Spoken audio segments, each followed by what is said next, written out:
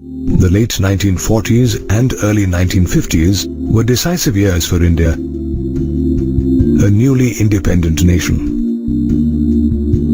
While certain leaders were busy charting the country's economic policies and growth, others were formulating policies that focused on the people's reproductive health, a concept encompassing total well-being in all aspects of reproduction, including physical, emotional, behavioral, and social. These policies led to the establishment of the Family Planning Association of India in 1949. In 1951, the government launched a series of action programs and plans called Family Planning. This move catapulted India into a select group of countries that had chalked out a national family planning program. Later, in 1997, the government initiated the reproductive and child health care programs that focused on creating and spreading awareness about various reproduction-related aspects such as contraception and infertility, as well as providing and supporting facilities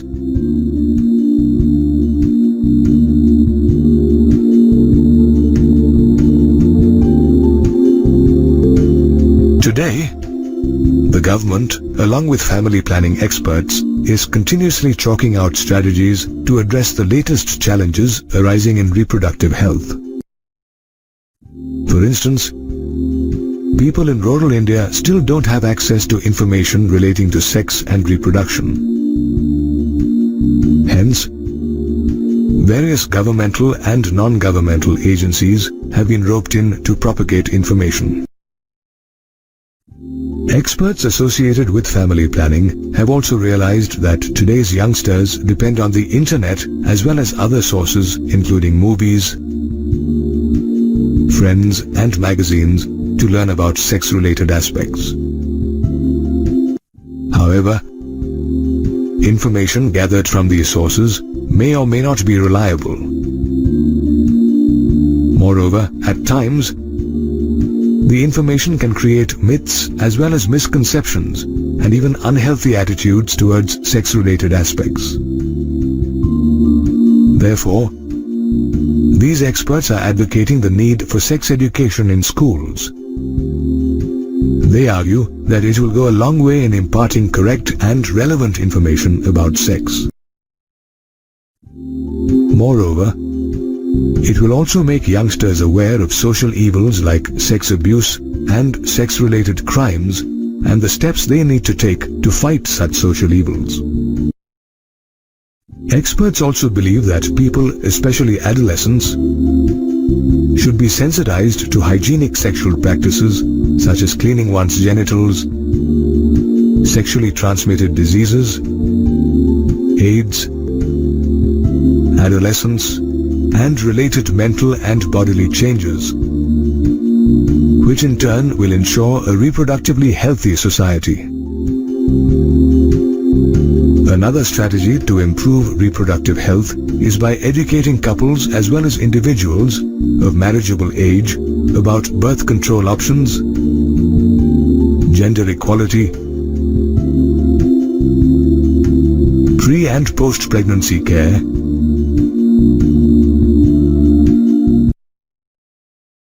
Such education will also decrease maternal as well as infant mortality rates and limit the size of families. In fact, the government had created a strategic plan for 2005 to 2009 that had 5 action areas, namely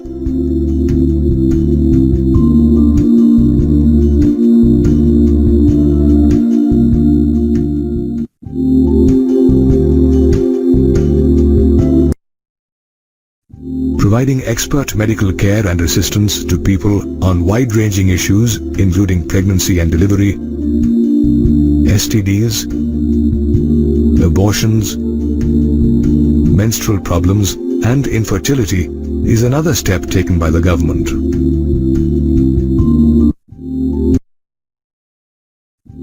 Moreover, the government has also set up research centers that aim to find solutions to reproduction-related problems. One such center is the Central Drug Research Institute in Lucknow, which is credited for developing Saheli, an oral contraceptive for women. Apart from setting up research centers, the government is also establishing hospitals and medical centers, especially in the rural areas, to provide an impetus to medically assisted deliveries as well as to provide postnatal medical care.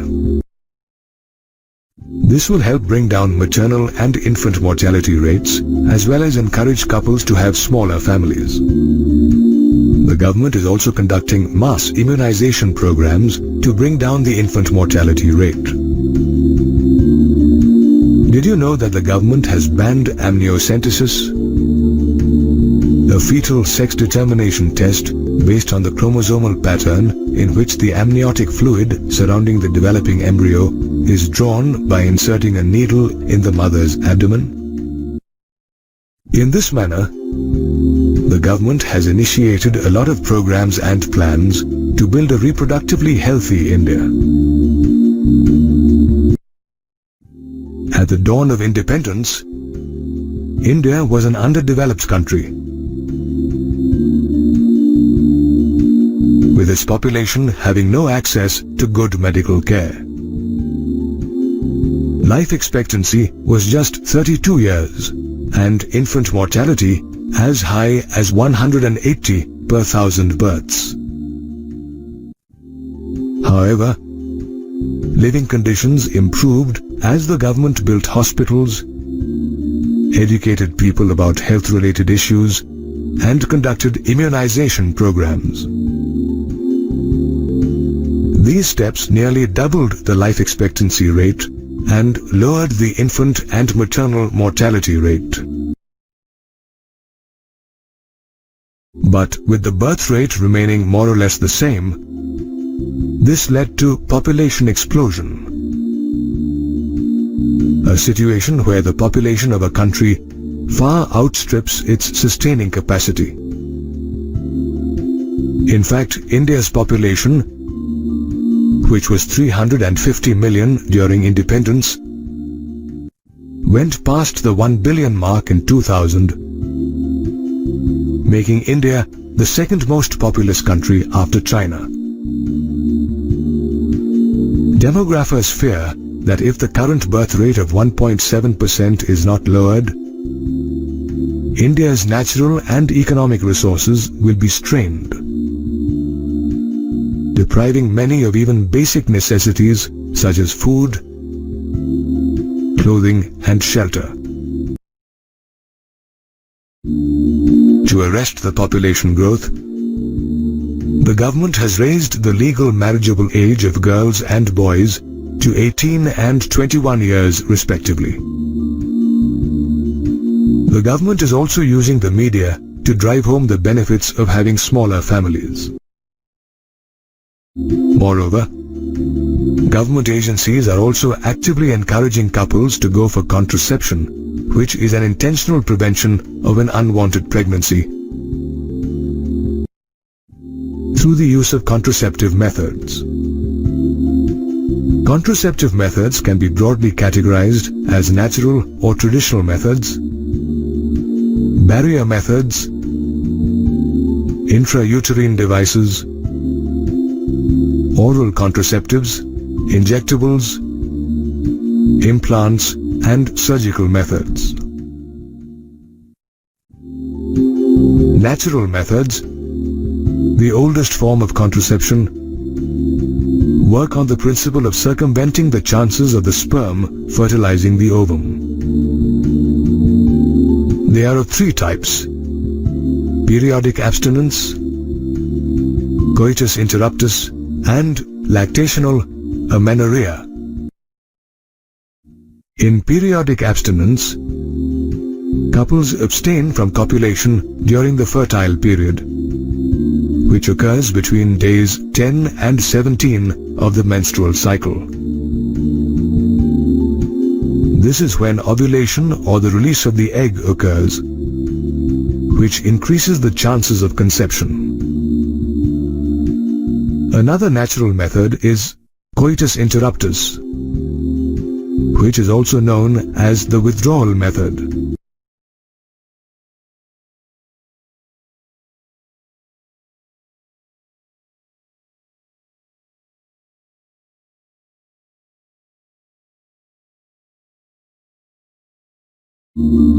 Lactational amenorrhea, or the absence of menstruation during lactation, is another natural method which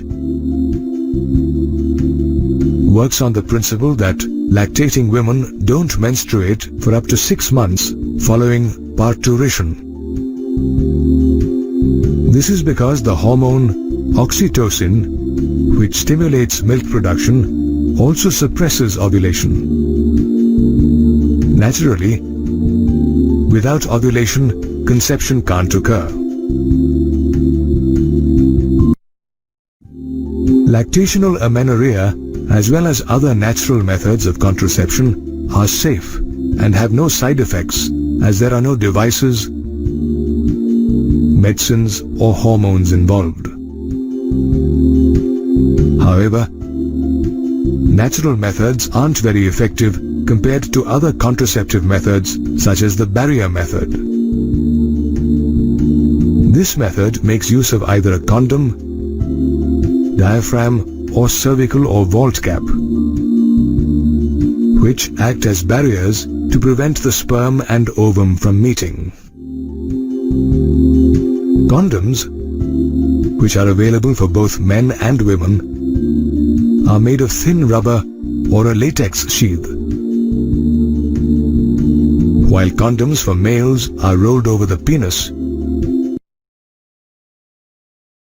Condoms for women are inserted in the vagina, where they block the sperm's entry into the reproductive tract by covering the cervix.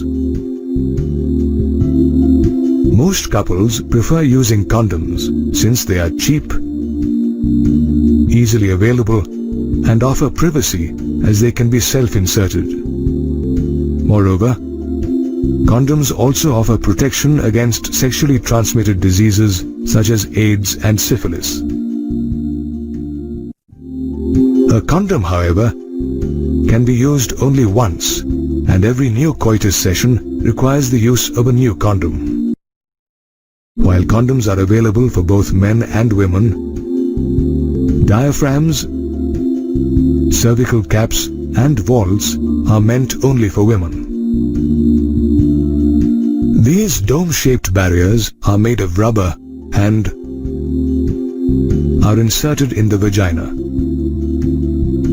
Did you know that the contraceptive efficiency of a barrier can be increased by applying spermicidal creams,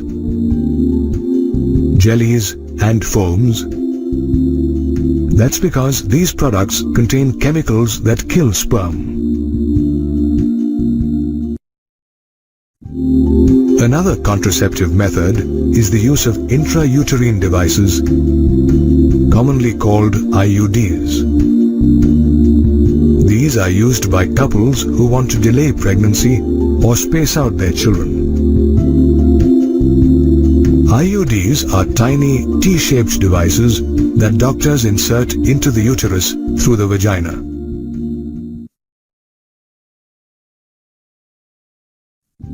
There are many types of IUDs, ranging from non-medicated IUDs such as lipase loop to copper-releasing IUDs like copper T, copper 7, multi-load 375 to hormone-releasing IUDs such as progestasert and LNG-20. Each type of IUD works on a different principle. Non-medicated IUDs, for instance, work by increasing the phagocytosis of the sperm that reach the uterus, while copper IUDs release copper ions that obstruct the ascent of the sperm into the fallopian tubes, as well as reduce their fertilizing ability. On the other hand, hormone-releasing IUDs make the uterus inhospitable for implantation by thickening the cervical mucus, which makes it impossible for the sperm to enter through the cervix. Apart from IUDs, women can also use oral contraceptives called the pill. This is a small tablet containing small doses of either progestogen or a combination of progestogen and estrogen. Progestogen thickens the cervical mucus, which hinders the sperm's motility, while estrogen obstructs the pituitary gland from producing luteinizing hormone, which prevents ovulation. Ideally, a woman should take the first pill of the pack within 5 days of the menstrual cycle and continue taking it for 21 days.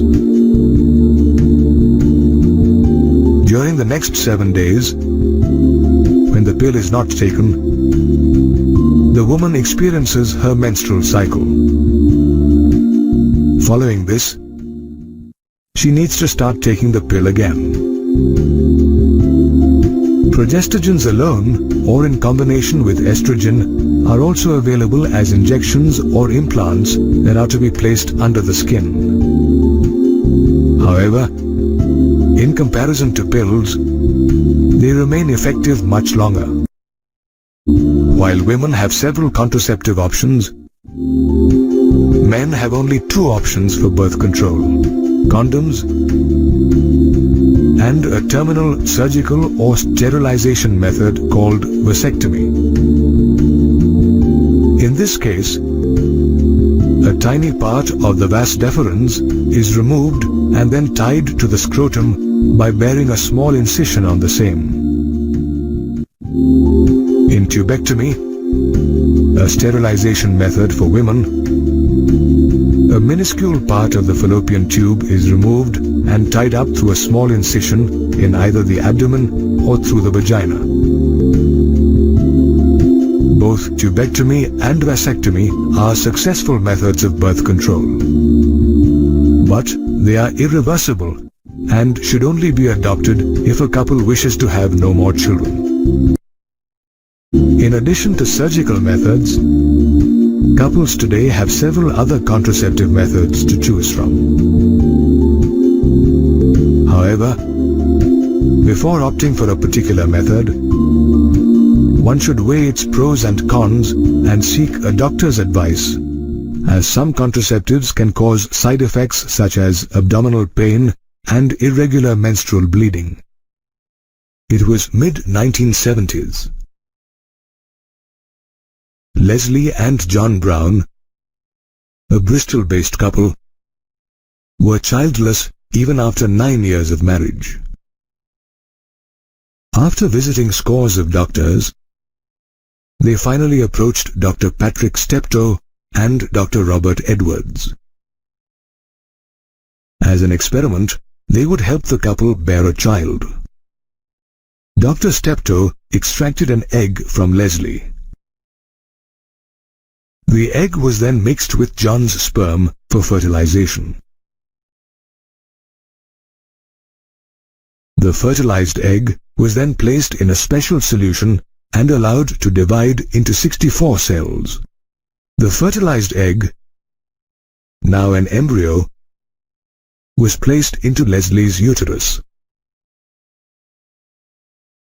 9 months later, on July 25, 1978, Leslie delivered Louise Brown, the world's first test tube baby. Louise's birth was considered a medical triumph and provided hope to many infertile couples. Couples who are unable to conceive or produce children even after 2 years of unprotected sexual cohabitation. Infertility can be caused by many factors, including physical and congenital reasons, sexually transmitted diseases, drugs, immunological or even psychological and lifestyle factors. To treat infertility, couples are often advised to visit infertility clinics, where the doctors evaluate both partners to pinpoint the causes of infertility. Based on the results, the doctors may then suggest medication or surgery. For instance, if a blocked fallopian tube is preventing the woman from conceiving, then the doctor will suggest surgery to unblock it. However, when surgeries or medications fail, doctors may suggest assisted reproductive technologies or ART. ART is a collective term used for clinical procedures that are designed to help achieve pregnancy by allowing the egg and sperm to meet in an artificial environment, usually a laboratory. Today, there are several types of ART available for infertile couples, including in vitro fertilization, intrauterine transfer, zygote intrafallopian transfer, gamete intrafallopian transfer, intracytoplasmic sperm injection, and artificial insemination. In vitro fertilization, or IVF, which was used to treat Leslie Brown, is a process in which the egg is fertilized by the sperm outside the woman's body and under simulated conditions created in a laboratory. IVF is also called a test tube baby program. Interestingly, the gametes can be collected from the partner or a donor. Once the egg and sperm are collected, they are placed in a dish for fertilization and incubated together to form an embryo.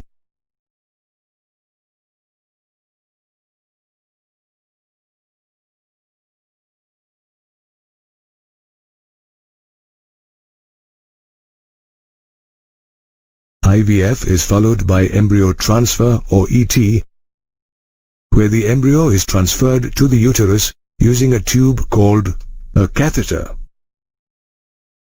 Apart from IVF, couples can also opt for intrauterine transfer or IUT. In this method, embryos formed by fusion of gametes inside a healthy woman's body or in vivo fertilization are removed through surgery and transferred into the uterus of the woman who wishes to conceive. Another option available for infertile couples is zygote intrafallopian transfer or ZIFT. This process is similar to IVF, where the gametes are collected and the egg is fertilized in the lab. Post-fertilization, when the zygote contains more than 8 blastomeres, the doctors create a small incision in the abdomen using a fiber-thin tube called a laparoscope.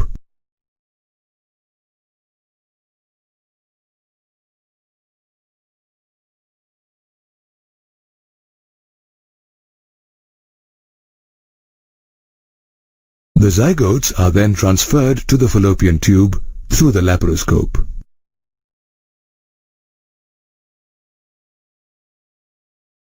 Interestingly, a laparoscope is also used in another ART called gamete intrafallopian transfer or GIFT, in which a healthy egg from a donor is placed inside the fallopian tube of the woman who wishes to conceive. GIFT is performed when the female partner has a non-functioning ovary, but her uterus and fallopian tubes are in a healthy condition and capable of providing a conducive environment for fertilization and fetal development. Did you know that at times a woman may not be able to conceive because of male infertility resulting from low sperm count, low sperm motility, a damaged or missing vas deferens, or the inability to inseminate? In such cases, the couple can opt for intracytoplasmic sperm injection or ICSI, in which the doctor injects a single sperm into each ovum, which leads to fertilization. Post-fertilization, the fertilized egg divides to form an embryo, which is planted inside the uterus using a catheter.